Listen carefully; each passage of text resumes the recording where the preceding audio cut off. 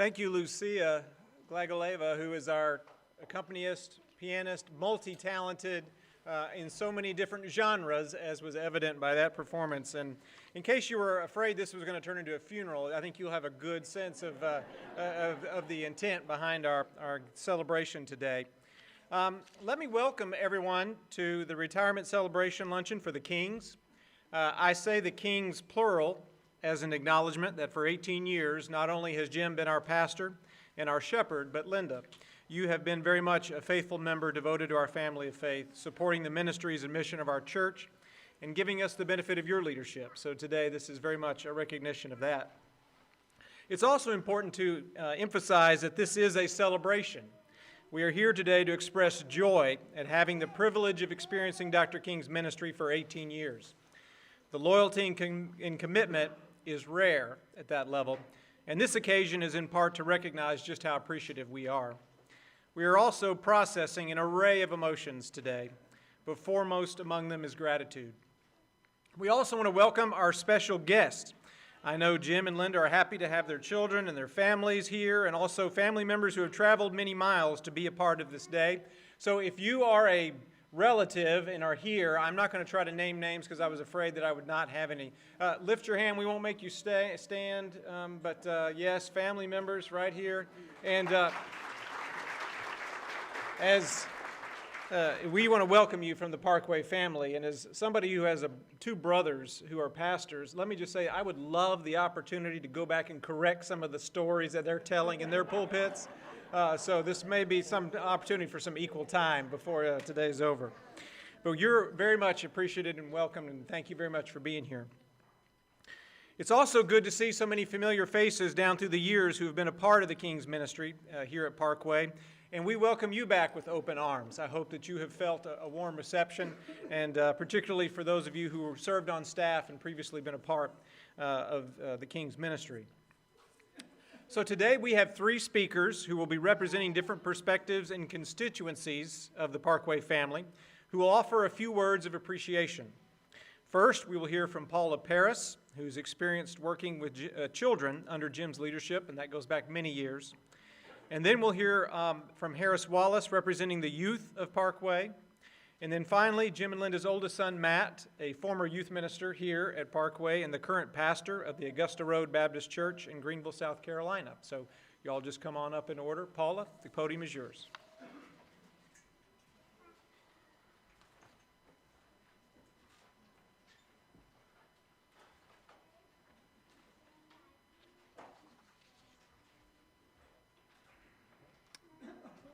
This is a special day. Jim King, what do you think of when you hear his name? Pause for a minute, let that soak in. Bob and I remember an effective leader who first became our pastor in October 1992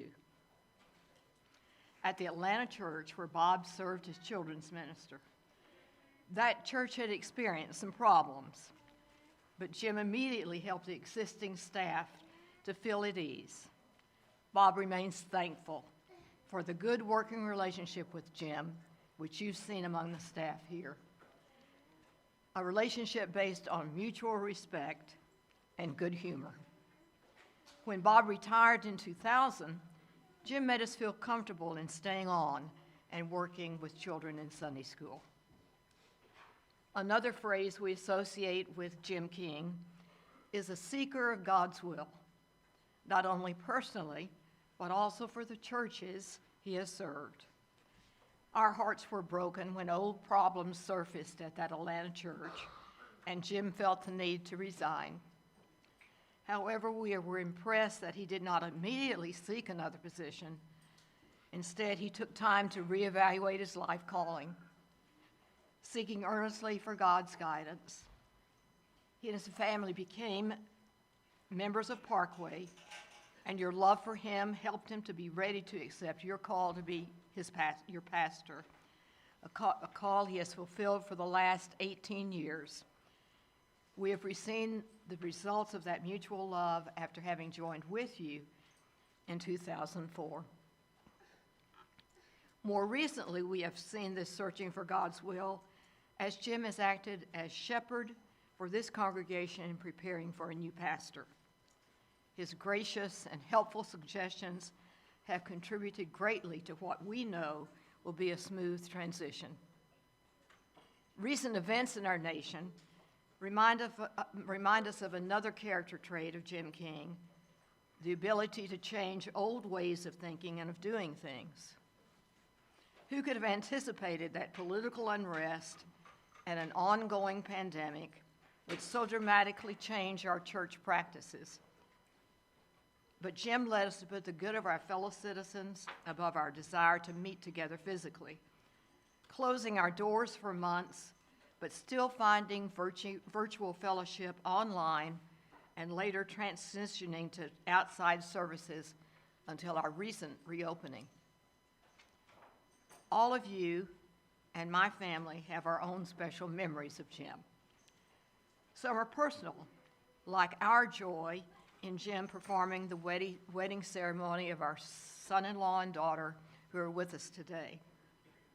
Others we share, such as hearing Jim preach outside with the touch of breezes on our skin and the sounds of birds chirping their own special amens as he preached to us. Lastly, my favorite word to describe Jim is simply friend. I'm going to cry. I was not going to do it, but just bear with me. For 29 years, Bob and I have counted on the wise counsel and love of both Jim and Linda, true partners in their ministry. We have enjoyed seeing their 3 young children grow into the vibrant adults they are now. And now we rejoice in advance with them for all the good experiences their family is going to enjoy together. We thank God for you, Jim and Linda, Alex, Elizabeth, Matt, spouses, children, all the family who shared him with us. We pray God's richest blessing on you all. We love you.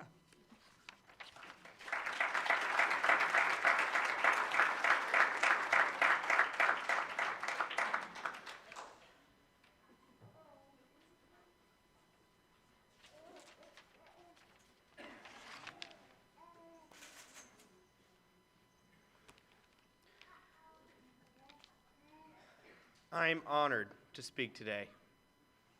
My mom gave me that line.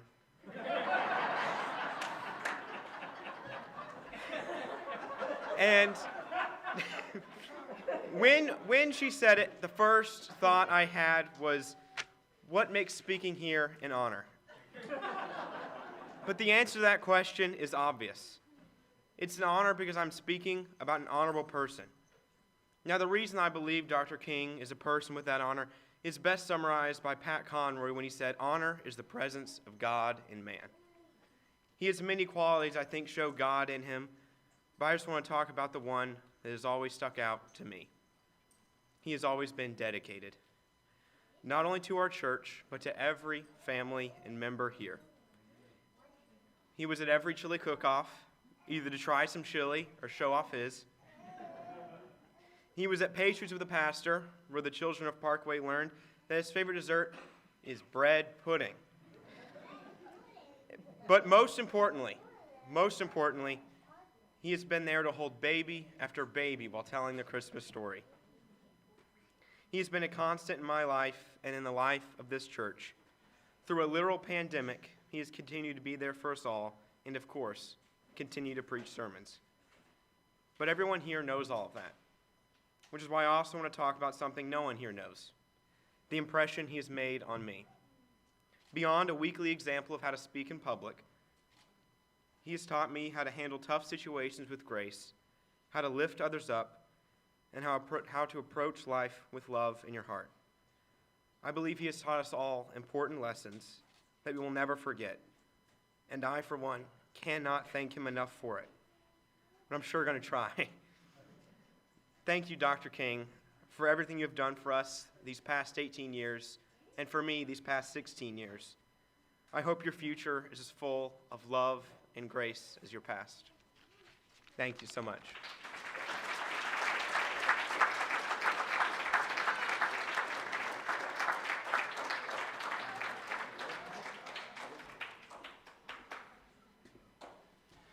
Well, good afternoon. Oh, come on, let's do this the Parkway way. Good afternoon. For those of you who do not know me, my name is Matt King. I am Jen and Linda's oldest child. I'd say that I'm their favorite, but at least we know with Dad that's Elizabeth.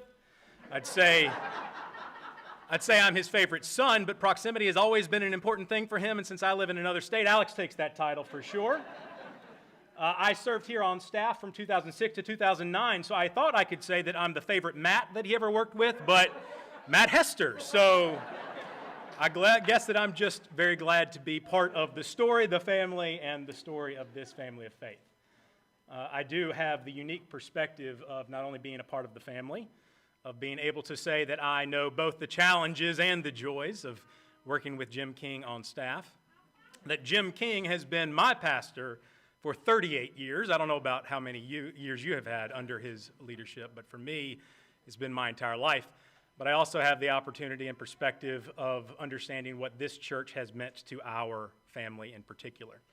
You've heard the story about that Atlanta church that shall not be named, but when Dad started at Parkway in 2003, it was in a very trying time in our family's life. They say that church ministry is a family business, or it's like a team sport, and it has always been that way for us. It was our entire life, and in 2003, we found ourselves for the first time without a church home. And I don't always put the providence of God on every aspect of our lives, but I can honestly say that in 2003, it felt incredibly real for me. When an incredibly gifted pulpiteer and pastoral leader was without a pulpit, and a promising church was without a pastoral leader, and it was very obviously a match and a gift from God. And I can honestly say that for me, watching Dad come to Parkway and seeing what church could be through fresh eyes, recognizing a rejuvenated understanding of his own calling, allowed me to acknowledge a calling that I had been feeling for a long time, but was not willing to accept until I remembered what good, true family of faith could possibly be. We as pastors like to talk about church as family of faith. We sung about it today with our choir, did we not? And yet we also know that the reality and the aspiration often rarely meet. But I'm glad to say with Parkway, it has always been the case. For the last 18 years, you have been part of our family, and you have graciously allowed us to be part of yours. We have celebrated even from afar. We have mourned great losses with one another, and every time we are able to get back together, it is as if we are at a great big family reunion. And so I have the opportunity on behalf of the family to simply say thank you. Thank you, Parkway, for being you, for knowing who you were supposed to be as a family of faith, not just for our personal family, but for all people who would come and join with you. Thank you for showing us what church could be again. Thank you for taking care of our family, but most of all, thank you for taking care of our parents. Thank you for giving me the opportunity to work right alongside my father, my mentor, and my hero. Thank you for the opportunity to be able to serve beside him. When the minister to students position came open, my dad made it very clear that there would be absolutely no nepotism when it came to Parkway Baptist Church, that if I got the job, it was only because I had earned it, and that he would give me no leg up whatsoever, and you, for some reason, gave me a shot. You allowed me to learn, to grow, to experiment, to cut my ministerial teeth among you, and I think maybe part of that was because you knew that Jim King would be the first one to let me know if I had somehow stepped out of line. For the last 18 years, I believe that Jim King has had some of his most impactful when it comes to his entire ministerial career.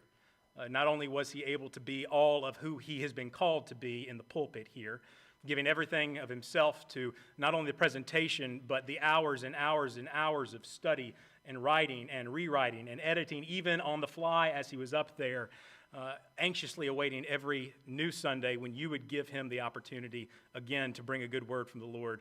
the opportunity and the gift that you would give him to give your time and listen with open hearts and open minds, but also you allowed him to be your pastor, to accept all aspects of that calling. Whether you knew it or not, he prayed for you. He challenged you because he believed in you, and he walked right beside you, and you allowed him to be at the midnight phone calls, in the hospital rooms, at the bedside as you were saying goodbye to your loved ones. And believe me, as much of a gift as you might have felt it was for you, it was even more so a gift for him. So he's already said thank you, but let me say thank you again. But one of the really, I believe, most impactful things that Jim King has done in his time at Parkway is devote himself to the training and the lifting up of young ministers. Whether it be those of us who were in a calling as we were able to study in seminary, or those who were in their first calling as young associate ministers, or even those who were simply members of the church.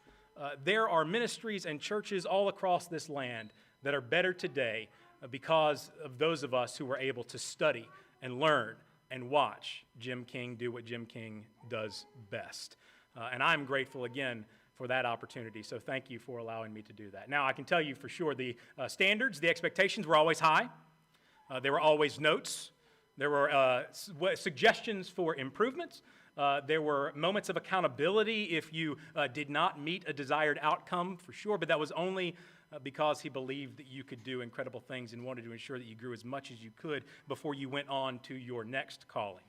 I remember having a conversation with Dad at one point about another young minister that he was mentoring and teaching, and he was talking about how he was making him grow in all these different areas, that he wanted to make sure he got as much out of his time there, and if he stopped trying to help him grow, it would only mean that he had given up on him.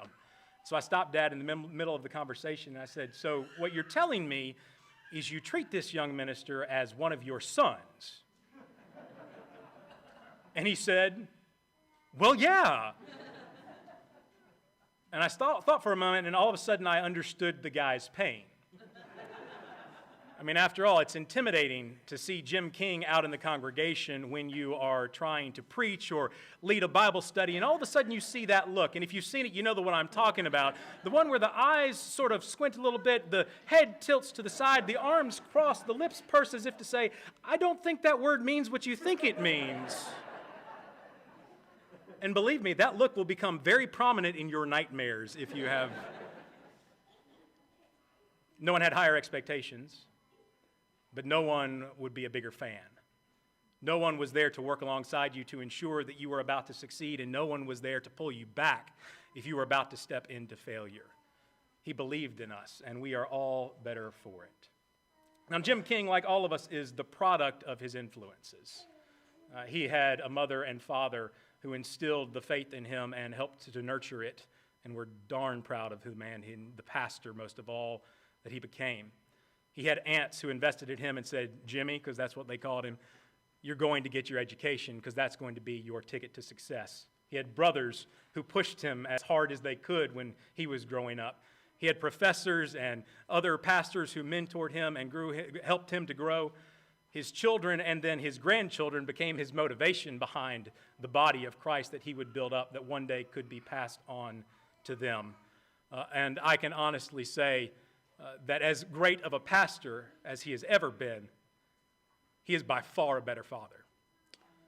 In that interview when he was going to that Atlanta church that shall remain nameless, I've been told that he told them in an interview that I am being called to be your pastor, but God will forgive me for being a bad pastor long before God forgives me for being a bad husband and father.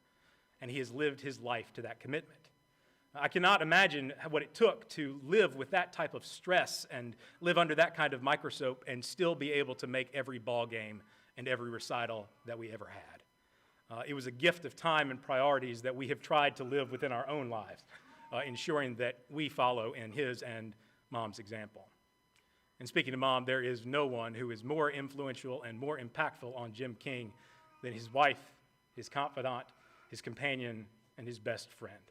I can assure you that anything that Jim King is today, it is because of Linda King behind the scenes. I've had the privilege of watching their relationship. And we all know that the pastor gets the credit, but it's the spouse that does the hardest work. The expectations that are placed on them by a congregation, they don't get paid for. They're not called in the same way, and yet they feel everything that their spouse feels, and I promise you so much more. And yet Mom has carried it all with incredible grace. She has given of herself to make sure within our family that we had exactly what we needed so that Dad could be the pastor he needed to be. She has given herself and has obviously left her fingerprints all over this church, physically and spiritually, emotionally, and otherwise. You have been blessed. She hates the term First Lady, but you have been blessed to have Linda King as the partner in ministry that Jim King so desperately needed. Jim King had all kinds of talent and potential in the world. He would have been good, but a college degree, 2 master's degrees, a PhD, and 7 churches later, always polishing, always giving a kind word of warning, perhaps, reining him back when necessary. Jim King would have been good. Linda King made him great. And we are all grateful for that. Jim King is an incredible man, an incredible pastor, and even more incredible father for sure, because I have been able to watch who he is, not just as he's been able to be a public person, use his pastoral career publicly, but I can tell you I was mesmerized by those things. I remember how quickly I was mesmerized by his presence in the pulpit. I remember learning the intricacies of leadership by being forced to sit in the corner during deacons' meetings and committee meetings until Mom got out of choir practice. I remember being in the car listening to his end on what compassionate pastoral care could sound like as he was on the car phone as we traveled from one place to another. I got to see the way that he was investing in all people and saw God's Spirit in all of them as he would allow me to go with him as he took money or food or clothing to someone who was in need. But what I got to see most, what I appreciated most were the moments when I got to stand next to him at the doors to the sanctuary as he concluded the service in that old Baptist pastor tradition of greeting every person who came into worship that day. Because that was the moment where the preacher turned into the pastor. And I got to see the one who had just said a word that everybody needed to hear, but I got to see the impact of that word as he greeted men and women, everyone uniquely as a child of God. Now, you got to see Jim King in his public role. Our family got to see Jim King behind the scenes, and we can assure you that everything that he ever preached to you, the greatest sermon he has ever lived, has been with his life. There are so many stories that we could tell about Jim King, and Parkway has their own. Other churches that he has served have their own. But one of the ones that has stuck out to me throughout my entire life was, I believe, when I was in middle school or early high school, I can't remember exactly when, our family was coming out of Blockbuster Video. I think it's now O'Reilly Auto Parts. That used to be a Blockbuster Video, if you remember those. And there was a young man standing there, and he was selling something. I don't remember if it was candy or if it was coupon books. It doesn't necessarily matter. But what he was trying to do was raise just a little bit of money for his football team so that they could have the equipment and they could have the uniforms that they needed. Now, he was incredibly dejected. He barely looked you in the eyes. He just tried to get through the spiel as quickly as he could and allow you to move on. You can imagine the rejection that he must have felt, people thinking he was just a nuisance to get beyond as they went home to watch their videos. But I knew exactly what was going to happen before it ever did. When no one else would listen to him, Jim King was going to. So sure enough, I think we were all together, and we tried to get back to the car as quickly as we possibly could, but no. Jim King stopped and listened and coached and did whatever he could in that one small conversation to help one young man know that somebody saw him, somebody loved him, because Christ loved him and died for him, and that was the way that he was going to show Christ to that young man. Dad got in the car, and of course we started to rag him about it. We started to give him a hard time. Why in the world are you stopping? We just want to go home. And Dad decided to just start telling us, I guess trying to justify himself. And he only got about 3 words into what he was going to say, and he just burst into tears. See, this young man probably had very little practically in common with Dad, and yet I think he saw so much of himself in him. He knew the power, the world-altering power that happens when someone sees what God sees in you, when God sees potential in you, and someone decides they're going to lift you up. And Jim King has made it his entire life's work to ensure that everyone knows of God's love for them through Christ, as he shared with us so eloquently in his final sermon. I have taken so much in my own ministry from Jim King. There are benedictions and elements of worship. Most of all, Jim King taught me to preach. But our conversations over the last few years as I became a pastor, not that we hadn't already had 30 years of residency together before I became a pastor myself, the conversations shifted in one way or another. We'd talk about some pastoral issue that I was having, and I already knew some of the things that he was going to say that would essentially try to point me to what is the best way that you can present the love of Christ to the person that is right in front of you, and at the same time, remember you are a pastor and lift up the entire body of Christ that you were gifted to serve in this moment. But at some point, after we had gotten through all of the things that Dad told me that I probably should do, he would simply end the conversation by saying, "Well, I can't wait to see what you do next." Well, Jim King's ministry among you has come to a close. But I can promise you his love for you knows no bounds. I dare say you may just be the congregation that Jim King loves most out of all of those that he has served. And I can promise you that he is going to be praying harder for your success than anyone else. He will be cheering you on all along the way. Jim King's ministry among you has closed. Our family is incredibly grateful for the last 18 years. And we can't wait to see what you do next. Amen.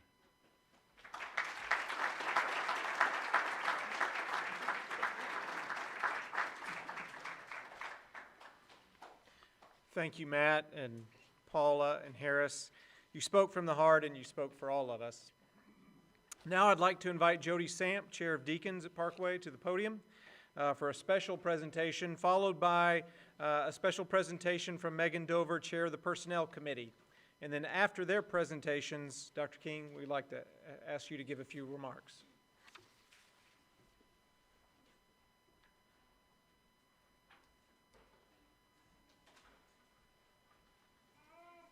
So, Jim, just on behalf of the whole congregation, we've got to thank you for you. Just an appreciation of your counsel over the years, spiritual and practical and sincere and sarcastic at times. And we just very much thank you for your friendship. It's been fantastic to see you every single week for years on end, and we greatly appreciate you. We have a love offering that the congregation has contributed and a book that we hope you will use to remember us all by. Thank you.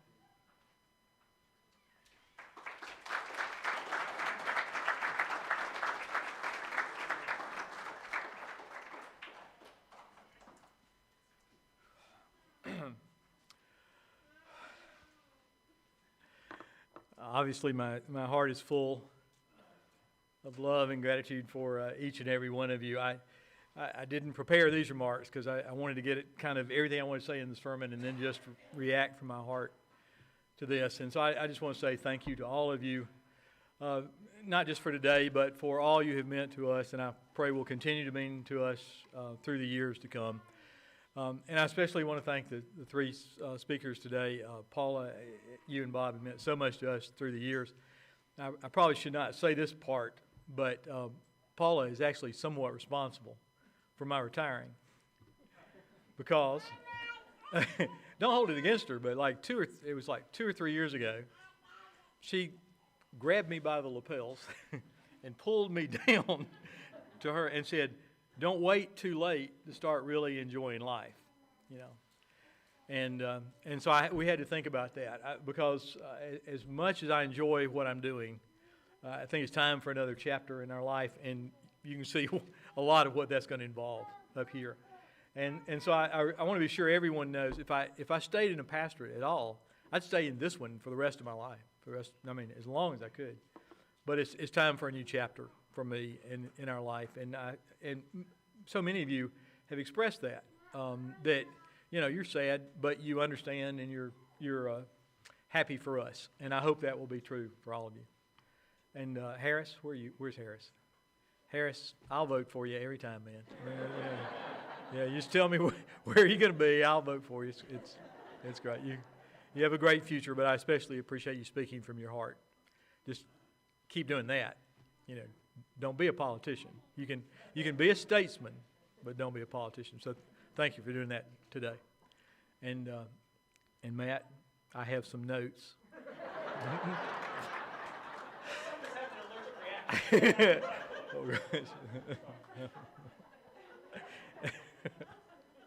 But I don't know if y'all have this experience, but when Matt was here on the staff, and we were here at supper one night, and I was sitting on one side, and I heard this voice on the other side of the fellowship hall. I thought, my gosh, if I didn't know better, I'd think I was sitting over there, because it sounded so much like me. So it's great to see him and all the others through the years. I think about the work I was able to do in Emory, but also especially the young people who come through here, that I have great confidence in the future of the Church of Jesus Christ.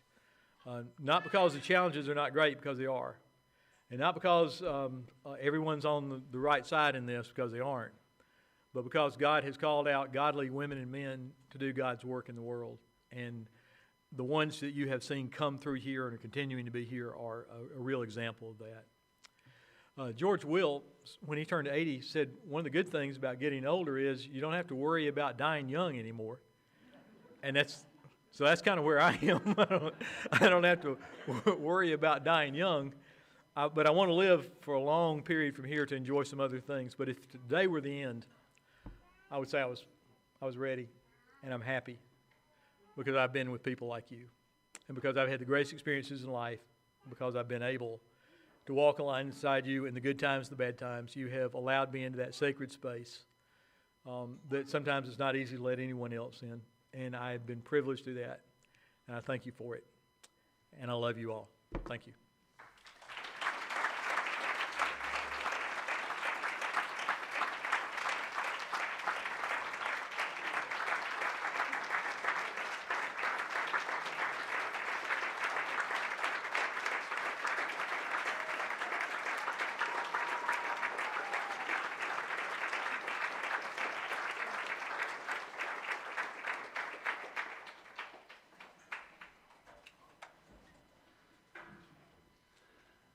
Will you pray with me? Lord, thank you for this day of celebration, recognition, and affirmation. We are grateful to you for Jim and Linda's service to our church family. We lift them up to you as they begin a new journey, and we pray that they will feel your comfort and leadership in their new pursuits. Allow them to enjoy time away from the responsibilities of our church. Guide them in their new opportunities and continued service to you. Thank you for making them a part of our faith family for the past, the present, and the future. We ask for your continued blessing on our church family as we all begin a new chapter together. May we all continue to find unity in your Spirit. Please bless this fellowship. In your Son's name, amen.